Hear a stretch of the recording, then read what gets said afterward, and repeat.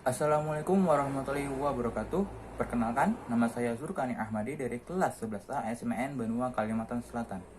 Pada kesempatan kali ini saya akan menjelaskan tentang peristiwa-peristiwa yang terjadi menjelang proklamasi kemerdekaan Indonesia. Pada 6 Agustus 1945, kota Hiroshima yang berada di negara Jepang dibom atomkan oleh tentara Amerika Serikat dengan menggunakan bom atom bertipe Little Boy. Kemudian disusul pada tanggal 9 Agustus 1945, kota Nagasaki dibom atomkan oleh tentara Amerika Serikat dengan menggunakan bom atom bertipe Fatman. Nah, akibat dari penyerangan yang dilakukan oleh Amerika Serikat kepada Jepang, maka pada 15 Agustus 1945, tentara Jepang pun menyerah tanpa syarat kepada tentara sekutu. Nah, di Indonesia sendiri, kabar tentang menyerahnya Jepang kepada sekutu didengar melalui radio BBC London. Akibat dari menyerahnya Jepang kepada sekutu, maka di Indonesia sendiri pun terjadilah sebuah peristiwa yang bernama kekosongan kekuasaan atau vacuum of power. Namun, sebelumnya, pada 9 Agustus 1945, Soekarno, Muhammad Hatta, dan Dr. Rajiman Widodiningrat sempat dipanggil ke Dalat, Vietnam, oleh Jenderal Terauchi untuk membahas tentang penyerahan kemerdekaan kepada Indonesia. Setelah mendengar kabar Jepang menyerah kepada tentara sekutu, kemudian para golongan muda pada 15 Agustus 1945 mendesak Soekarno untuk memproklamasikan kemerdekaan Indonesia pada tanggal 16 Agustus 1945. Namun, Soekarno pun menolaknya karena harus membahas terlebih dahulu proklamasi kemerdekaan itu dengan anggota wakil PPKI lainnya. Namun, pada tengah malamnya, para golongan pemuda pun melakukan penculikan kepada Soekarno dan Hatta, yang mana mereka dibawa ke Rengas Dengklok, sehingga peristiwa ini pun dinamakan dengan peristiwa Rengas Dengklok. Tujuan golongan muda melakukan hal ini adalah untuk mengamankan Soekarno dan Muhammad Hatta agar tidak dipengaruhi oleh tentara-tentara Jepang yang masih ada di Indonesia, yang masih ada di Jakarta. Nah, di Rengas Dengklok sendiri pun Soekarno dan Hatta diamankan di rumah seorang Tionghoa yang bernama Jiao Qisiong. Di rumah Jiao Qisiong pun di situ golongan muda tetap untuk mendesak Soekarno untuk memproklamasikan kemerdekaan. Namun Soekarno tetap menolaknya. Akan tetapi, salah satu golongan muda yang bernama Singgi melihat gelagat Soekarno bahwa Soekarno itu bersedia untuk memproklamasikan kemerdekaan seketika ketika mereka kembali ke Jakarta. Nah, kemudian pada 16 Agustus 1945, Soekarno dan Hatta pun diantar pulang kembali ke Jakarta. Setibanya di Jakarta, Soekarno pun menemui salah seorang petinggi Jepang untuk membahas tentang proklamasi kemerdekaan. Namun hal itu ditolak oleh petinggi tersebut karena Jepang sendiri masih menerapkan status quo di Indonesia, sehingga Soekarno pun dilarang untuk melakukan rapat dengan anggota PPKI lainnya untuk membahas tentang untuk membahas proklamasi kemerdekaan Indonesia. Setelah mendapat jawaban dari petinggi Jepang tersebut pun, maka Soekarno pun pulang. Namun beliau tidak pergi pulang ke rumah, namun beliau pergi ke kediaman Laksamana Maeda yang bertempat di Jalan Imam Bonjol nomor 1. Di sana, Soekarno, Muhammad Hatta, dan Ahmad Sumarjo pun mulai merumuskan naskah teks proklamasi. Untuk kalimat pertamanya berasal dari ide Ahmad Sumarjo, dan kalimat kedua dari teks proklamasi tersebut adalah berasal dari ide Muhammad Hatta. Dan Soekarno sendirilah yang mulai menuliskan ide-ide dari Muhammad Hatta dan juga Ahmad Subarjo. Nah, setelah ditulis dengan tulisan tangan, maka naskah tersebut pun diberikan kepada Sayyidatul Malik untuk diketik dengan menggunakan mesin tik. Nah, ketika diketik oleh Sayyidatul Malik ada melakukan sedikit beberapa perubahan, seperti penggunaan kata tempo menjadi kata tempo pada penulisan tanggal yang awalnya 17/8/05 menjadi hari 17 bulan 8 tahun 05. Tahun 05 ini menunjukkan tahun Jepang, tahun Shua, yang mana pada saat itu menunjukkan tahun 2605. Yang juga itu bertepatan dengan 1945. Dan juga perubahan kata-kata wakil-wakil bangsa Indonesia menjadi atas nama bangsa Indonesia. Setelah selesai mengetik naskah teks proklamasi tersebut, kemudian diberikan kepada Soekarno dan Muhammad Hatta untuk ditandatangani, sehingga naskah itu pun menjadi naskah yang otentik yang sekarang ini kita kenal. Pada malam hari, pada tanggal 16 Agustus 1945, Soekarno, golongan muda, dan para golongan tua lainnya membahas tentang lokasi pelaksanaan proklamasi kemerdekaan Indonesia. Pada awal rencana akan dilaksanakan di lapangan Ikada.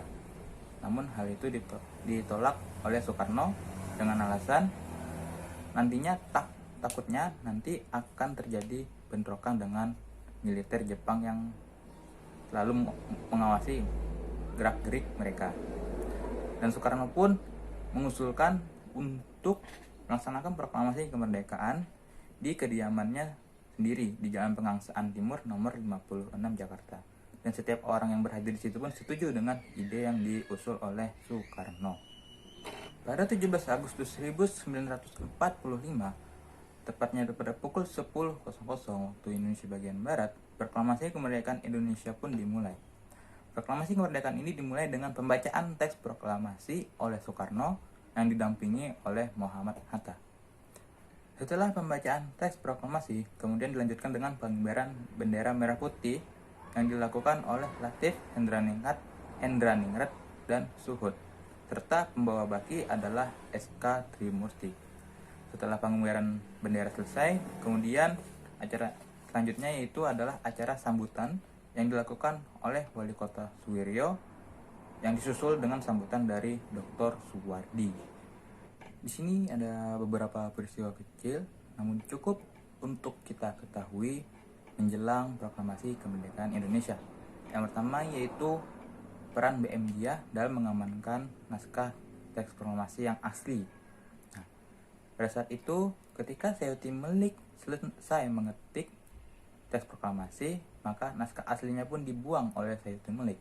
BM Dia yang melihat kejadian itu pun dengan jiwa kejurnalisannya memungut naskah asli teks proklamasi tersebut, kemudian menyimpannya ke dalam sakunya.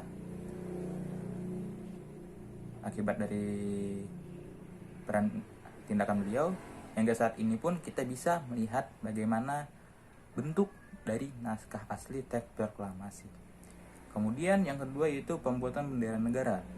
Bendera negara sendiri dijahit oleh Ibu Fatmawati, yang mana bendera tersebut berasal dari kain spray putih dan kain merah milik seorang penjual soto yang kebetulan sedang mangkal di dekat kediaman Soekarno. Dan juga yang bendera pun terbuat dari bambu. Setelah penjelasan tentang peristiwa-peristiwa yang terjadi menjelang proklamasi kemerdekaan hingga terjadinya proklamasi kemerdekaan, maka pada kesempatan kali ini saya akan membahas tentang makna proklamasi kemerdekaan itu sendiri. Untuk makna proklamasi kemerdekaan ini saya telah mendapat beberapa poin yang cukup penting untuk saya sampaikan. Yang pertama, sebagai puncak perjuangan bangsa Indonesia. Selama berpuluh-puluh tahun, bangsa Indonesia terus berjuang menghadapi para penjajah yang telah menduduki Indonesia. Yang pada awalnya kita hanya memiliki semangat kedaerahan, hingga kita memiliki semangat persatuan dan kesatuan Indonesia. Dengan begitu, perjuangan kita selama berpuluh-puluh tahun itu telah dapat terbayarkan pada tanggal 17 Agustus 1945, di mana pada saat itu proklamasi kemerdekaan Indonesia dikumandangkan. Terus poin kedua adalah bangsa Indonesia telah resmi merdeka dan memiliki kedudukan yang setara dengan negara lainnya. Nah, dengan merdekanya Indonesia sendiri, ini bisa menunjukkan bahwa Indonesia telah mampu untuk bersaing dengan negara-negara lain dalam segala bidang.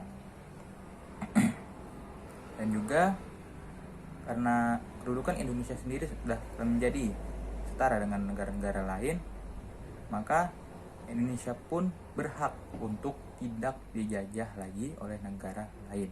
Nah, terus poin yang ketiga, yang terakhir, yaitu peristiwa proklamasi menjadi titik awal pembangunan nasional di Indonesia. Setelah kita mencapai puncak perjuangan kita, maka proklamasi sendiri pun menjadi awal bagi pembangunan nasional di Indonesia. Banyak sekali pembangunan yang harus kita lakukan, seperti menemukan ekonomi, politik, bagian dengan ideologi, dan juga hal-hal lainnya yang mana mampu untuk menunjang kehidupan yang ada di Indonesia. Terus bagaimana cara kita memaknai proklamasi kemerdekaan Indonesia sendiri? Ada berbagai cara yang bisa kita lakukan. Salah satunya adalah dengan belajar bersungguh-sungguh. Dengan belajar bersungguh-sungguh, nantinya kita diharapkan akan memiliki kemampuan dan pengetahuan yang memadai untuk terus meningkatkan pembangunan yang ada di Indonesia. Terus yang kedua, kita bisa dengan melakukan penghormatan kepada para pahlawan. Salah satunya adalah dengan memperingati hari pahlawan seperti hari kemerdekaan, hari Sumpah Pemuda, dan hari-hari penting lainnya. Terus yang terakhir mungkin yang bisa kita lakukan adalah dengan menerapkan nilai-nilai ideologi Pancasila dalam kehidupan kita. Yang mana ideologi Pancasila itulah yang rasa dari ideologi Pancasila itulah yang digunakan para tokoh kemerdekaan untuk melakukan proklamasi kemerdekaan Indonesia. Mungkin sekian dulu yang dapat saya sampaikan. Mohon maaf apabila saya masih terdapat kesalahan selama saya penyampaian, karena saya juga masih belajar. Baiklah, saya ucapkan terima kasih yang telah menyaksikan. Saya tutup dan mengucapkan wassalamualaikum warahmatullahi wabarakatuh.